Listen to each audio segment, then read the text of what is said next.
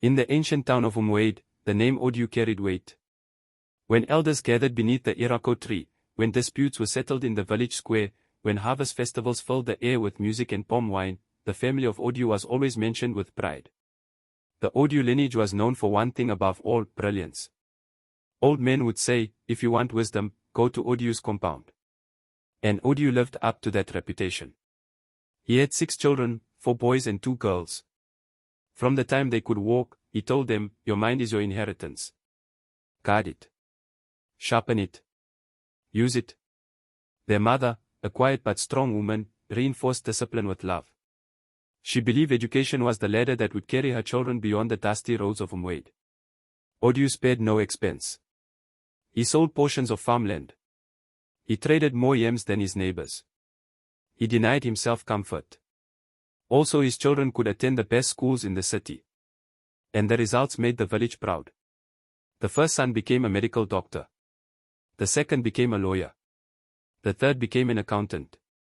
The fourth built himself into a businessman with sharp instincts and ambition. The girls were equally intelligent, graceful and well-mannered. But as tradition demanded, their path was different. At every Christmas, the children returned home dressed in city clothes, speaking polished English, bringing gifts. Villagers admired them. You have done well, Odu, they would say. Odu would smile, but he always answered the same way: they are not successful until they remember where they came from. After the university degrees, one opportunity opened another. A scholarship in the United States. A medical residency in the United Kingdom. A law internship in Canada. A business expansion opportunity in Australia. Each son promised the same thing.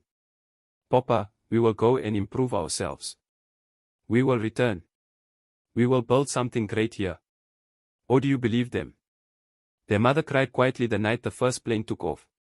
It is for their future, Odu told her. A tree must grow tall.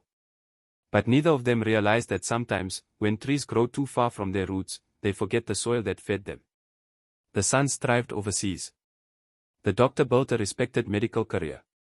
The lawyer specialized in corporate law. The accountant worked in a global firm. The businessman opened international branches. They married. They had children.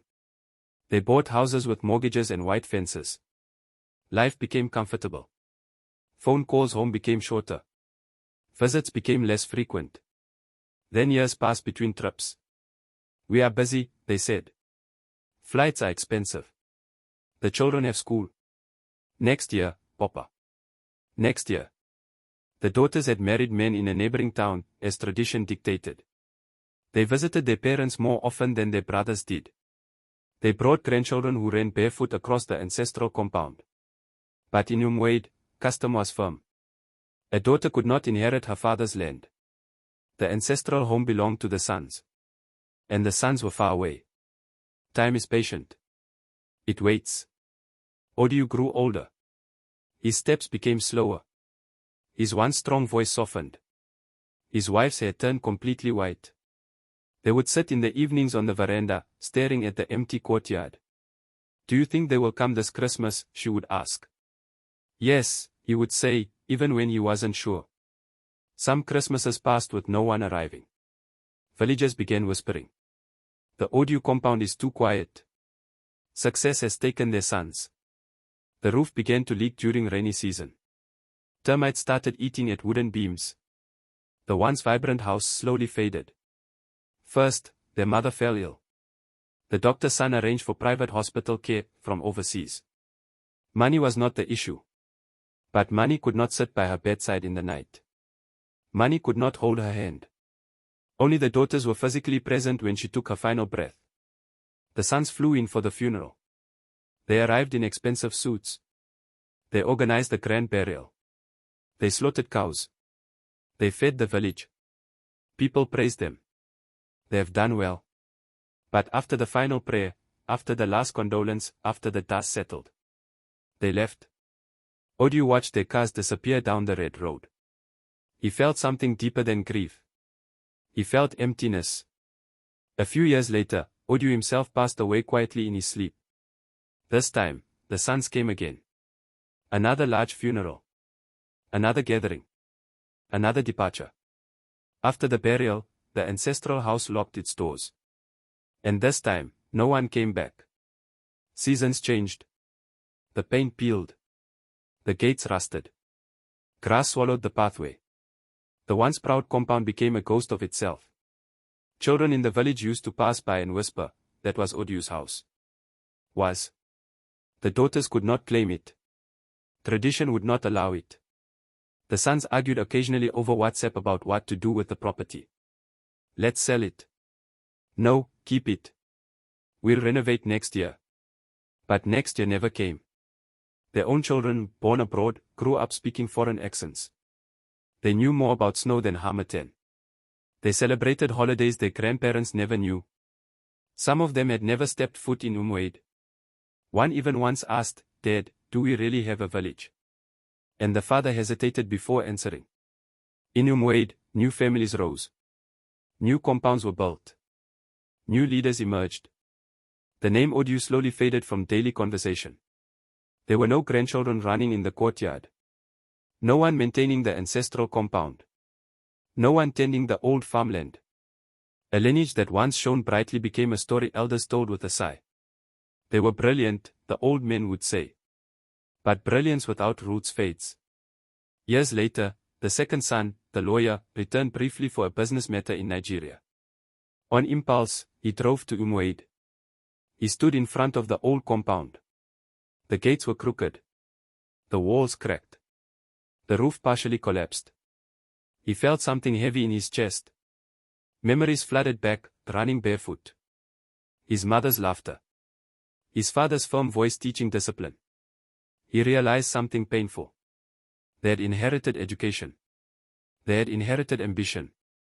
They had inherited excellence. But they had failed to pass down identity. His children did not know the soil where their grandfather was buried. They did not know the stories behind their surname. They did not know the meaning of Odu. Success had cost them continuity. He walked through the dusty rooms alone. For the first time, he understood that a house is more than bricks. It is memory. It is history. It is belonging. And without it, a lineage can disappear even while the bloodline continues. The Odu sons built wealth. They built careers. They built comfortable lives. But they did not rebuild home. Their children grew up as strangers to their roots. Some married without ever introducing spouses to the ancestral land. Some could not even pronounce the local dialect. The daughters aged gracefully in the neighboring town, occasionally visiting the abandoned compound and shaking their heads. "It shouldn't be like this," they would whisper.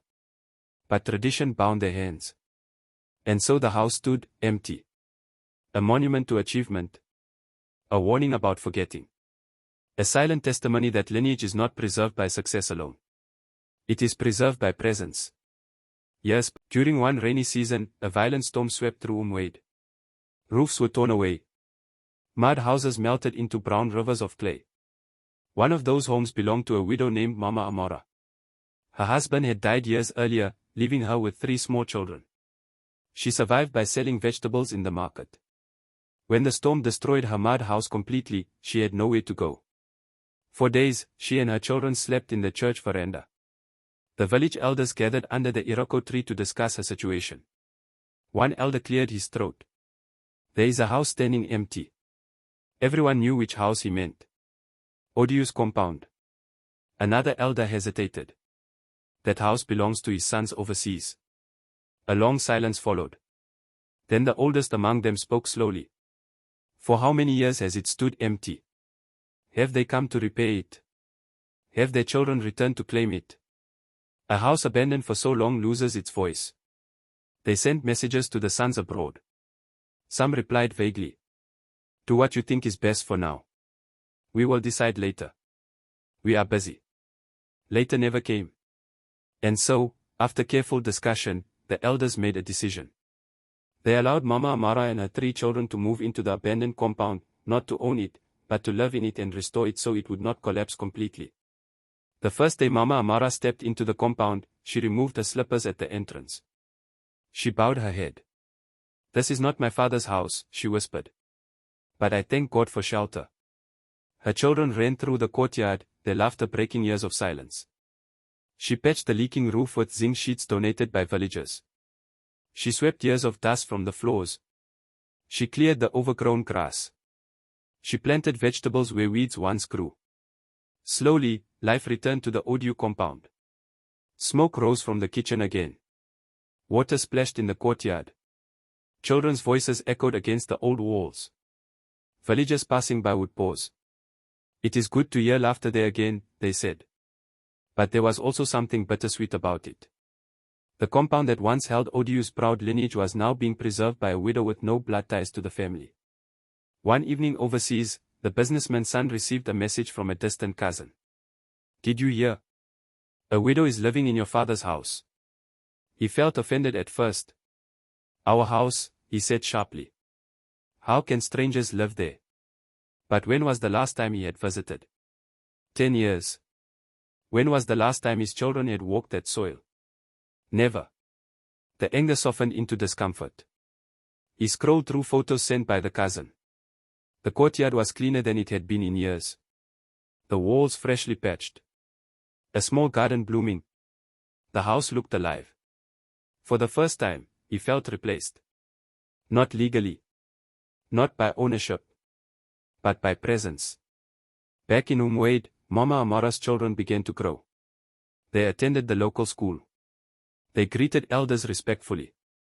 They learned the stories of the village. When people passed the compound, they no longer said, "That was Odu's house." They said, "Mama Amara lives there now."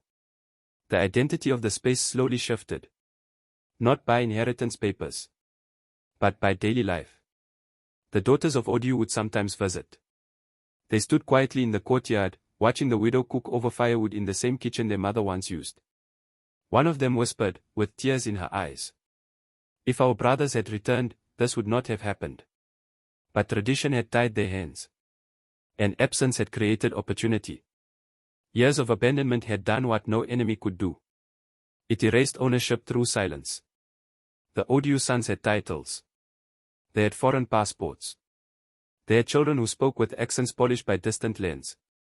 But in Umwade, another family now carried the daily memory of that compound. Not by blood. But by presence. And that is the quiet truth about lineage. A name survives only where it is spoken. A house belongs to those who care for it. Land remembers the footsteps that walk it. Odu's sons inherited education. They inherited ambition. They inherited success. But Mama Amara's children inherited something else. Connection. And as seasons turned and her children grew tall in the courtyard of the once abandoned house, the village elders would sometimes sigh and say, "Lineage is not lost in one generation. It fades slowly. When those who should guard it choose comfort over return." The Odu bloodline still existed across oceans. But in Umwade, the house had found new life. And the lost lineage became not just a story of abandonment, but a warning whispered to every child who leaves home with promises to return. In life, we chase greener pastures. We pursue education. We pursue opportunity. We pursue comfort. There is nothing wrong with growth. But when growth disconnects from origin, something sacred is lost. The story of the Odu family is not about failure in career. It is about forgetting that legacy is not measured by titles. Doctor. Lawyer. Accountant. Businessman. Legacy is measured by what remains when you are gone. A name spoken with honor. A home maintained. A story told to grandchildren. A land that remembers your footsteps. The Odu sons succeeded in the world. But in Umwade, their lineage became a whisper carried by the wind. And somewhere, beyond time, Odu's spirit may still be asking, "What is success if my house stands empty?" Because perhaps, somewhere today, another family is rising. Another father is sacrificing. Another generation is leaving with promises to return. And the question remains, will the lineage live, or will the house grow silent again?